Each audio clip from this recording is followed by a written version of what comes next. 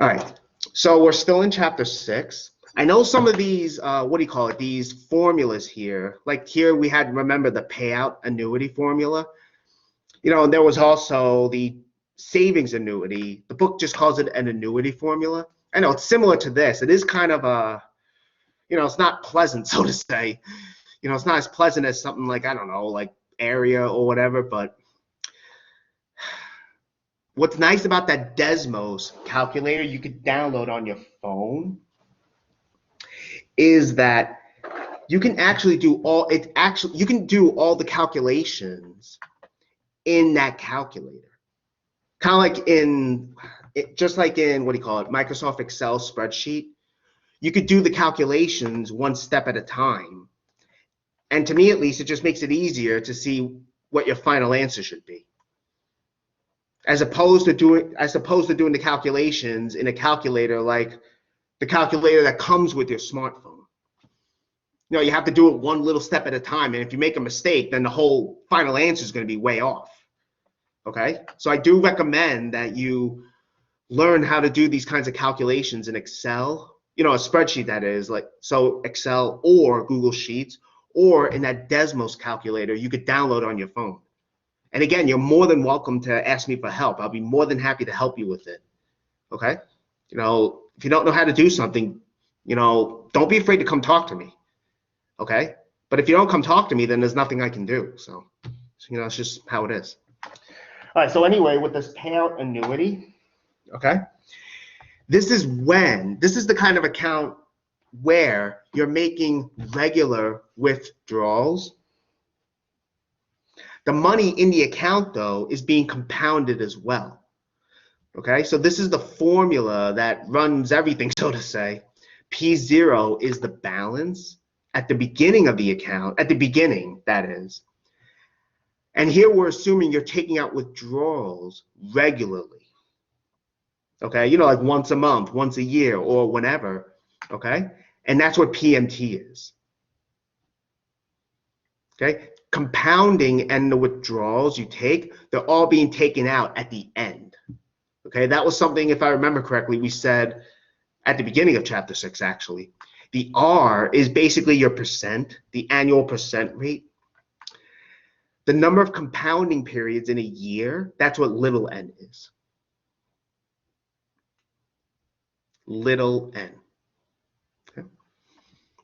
And again, we're assuming, it's written down here, oh, sorry, T is how many years this is going on, you know, how many years we're planning to take out withdrawals. And unless stated otherwise, it's compounded as often as you're taking out withdrawals. So in other words, if it's not stated explicitly and we're told in the problem that we're taking out, we're withdrawing money every month, right? Then the account is being compounded every month as well. Okay, so again, you know, this statement here, unless stated otherwise, okay, the number of compounding periods is the same as how many withdrawals we're taking in a year.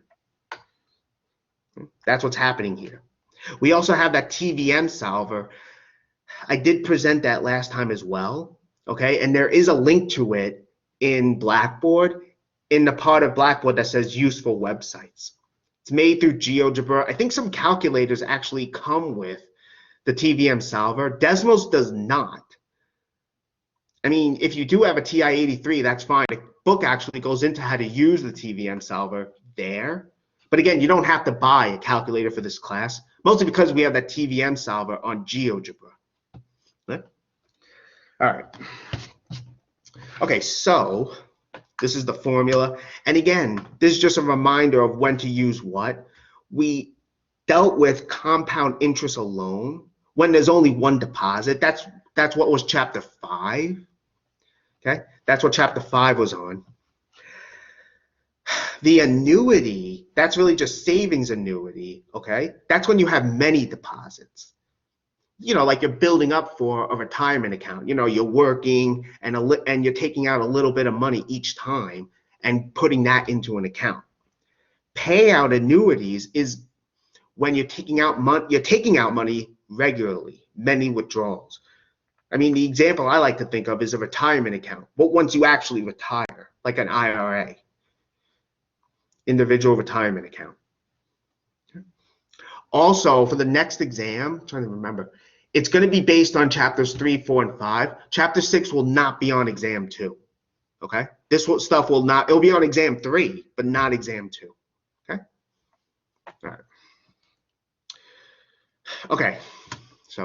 So this is a payout annuity example. So let's suppose, again, we have $500,000 in our account, right? So, we saved all that money while we're working, and now we retire.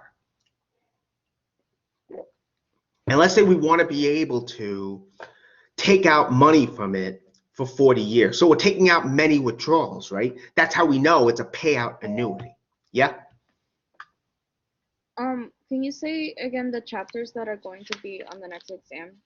Oh, sure. Okay. It's chapters 3, 4, and 5. 3, 4, and 5. Okay, thank you. Yeah, so chapter 3, remember, that's, what do you call it? The rate of change, linear functions, that kind of stuff, and exponential growth and decay. Actually, no, that was chapter 4, excuse me. Chapter 3 was linear growth and rate of change and functions. Let me see. Chapter 4 was percent, exponential growth and decay.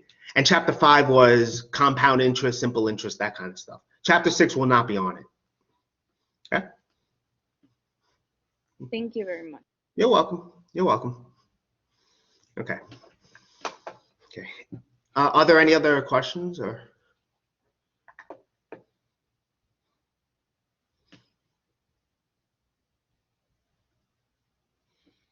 Okay. So again, here we have this account. We're taking out many withdrawals. That's how we know it's a payout annuity. Okay, so we're going to solve this, and we're not going to use the Tvm Solver. I will show you how to use that, though. Okay. So let's say the account is earning also 6% interest, 6%.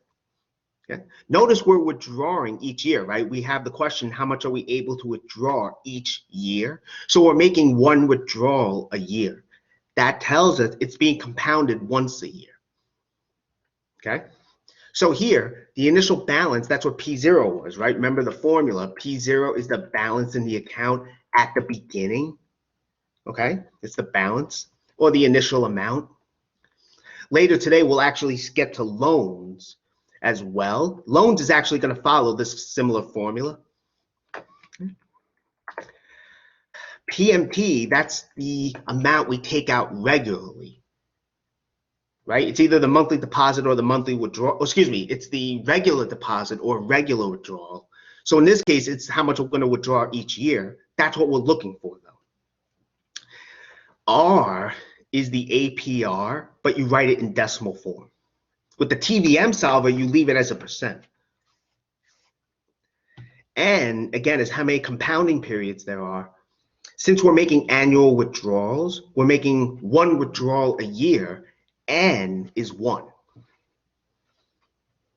And this is going on for 40 years, right? So little t is 40. I just reproduced the formula here, right? So we plug everything in. We have $500,000. That's our P0. PMT, that's our unknown, right? We don't know what that is, so that's our unknown. The R, right? That is our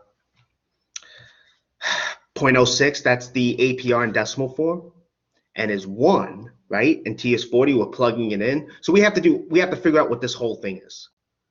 And again, I would work with the top and the bottom separately. Order of operations, basically. Well, I think people call it PEMDAS, P-E-M-D-A-S. Hope I'm saying it right, but I think I am. And I did put arrows here to try and illustrate how you would go about this. Just like in algebra, I would isolate the unknown, right? That's what I'm going to do first. So what I'm going to do is multiply both sides by the bottom here, 0.06 over 1. Let me get that pen thing out. Okay? So what I'm doing here first is I'm going to multiply both sides by the denominator here, because now they're going to cancel, like so. Okay? I know I probably should have just left this as 0.06 instead of 0.06 over 1. So, but really it's the same idea. So we multiply both sides by that, and that gets rid of this denominator, right? That's eliminating that. Okay, that's good. What I'm doing here is I'm going to divide this part here. Excuse me, what am I doing? This part here, I'm dividing, right? That's what I'm doing for both sides. I'm basically solving for PMT is what I'm doing. So by dividing, right, this cancels, as you can see, and then we're left with this. Yeah, I hope what I'm doing up here is not confusing you, because I'm just trying to show you how you can isolate and solve for PMT. That's all. Essentially, you multiply both sides by the denominator here. That's what I'm trying to show you here. Then I divide both sides by this numerator. That's what I'm trying to illustrate. Okay. I wrote what I could because there's only so much space I have in these slides. So, but anyway, what we get is this. And then I just interchange both sides. So we have this here. Okay.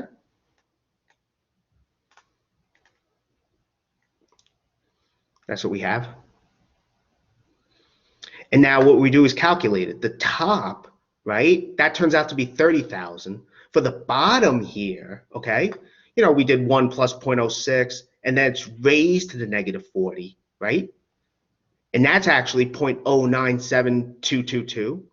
And then we do 1 minus that, okay?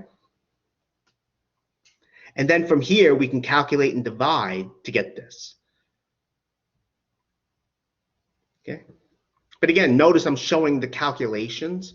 You know, that's really what I want everyone to see, okay? I mean, if it's not exactly like this, that's okay, but you want to show calculations. So, all right. So this is what we get here. Okay. So it turns out we can withdraw annually $33,230.77. All right, that's good. Are there any questions on this?